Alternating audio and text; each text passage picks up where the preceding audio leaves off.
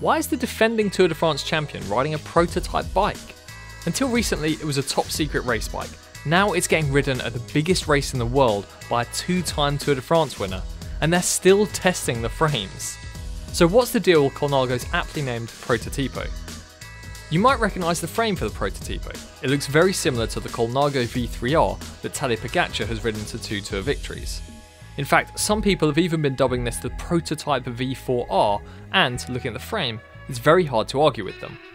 Colnago have focused on building one bike that is capable of handling everything a pro cyclist can throw at it, whether it's cruising on the flatlands, racing up a mountain pass, or sprinting for the stage win.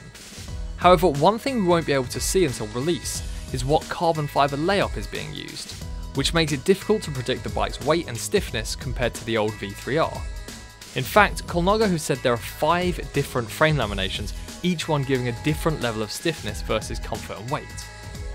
Now, Colnago's head of R&D, Davide Fumagalli, says, at the level of development we've reached, it's becoming increasingly difficult to achieve improvements. By taking advantage of the experience of those who ride their bicycles for many hours a day, we feel we can make our racing bikes take a further and important step forward. Therefore, Team UAE Emirates will be testing these different prototype carbon laminations for Colnago, after which they'll select a layout for the final production model. And we wouldn't be surprised if they choose one of the frames that Tadej Pogačar has been so successful on in this year's Tour de France. This Prototipo, literally prototype in Italian, boasts the same characteristics that make it a cross between an aero race bike and a lightweight climbing bike. Thin, hollowed out tubing and small aero touches, like the integrated front end, contribute to a complete and fast package.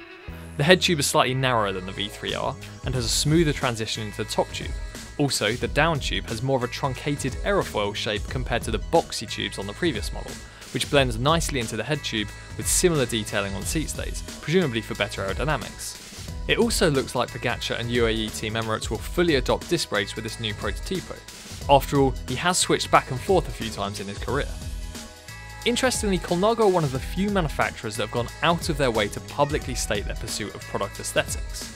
The manufacturer has reportedly worked with the designer Torgny Fjeldskar, a former director at brands such as BMC, Cannondale, BMW and Mazda, to make sure the new Prototipo looks up to the part.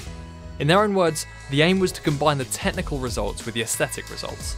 At Colnago, we believe that product design and engineering must go hand in hand.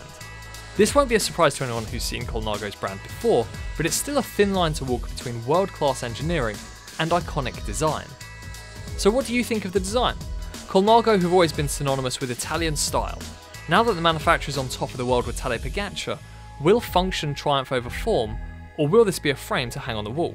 Let us know in the comments below, and don't forget to subscribe to Velon for more behind the scenes content from the world's best cycling teams.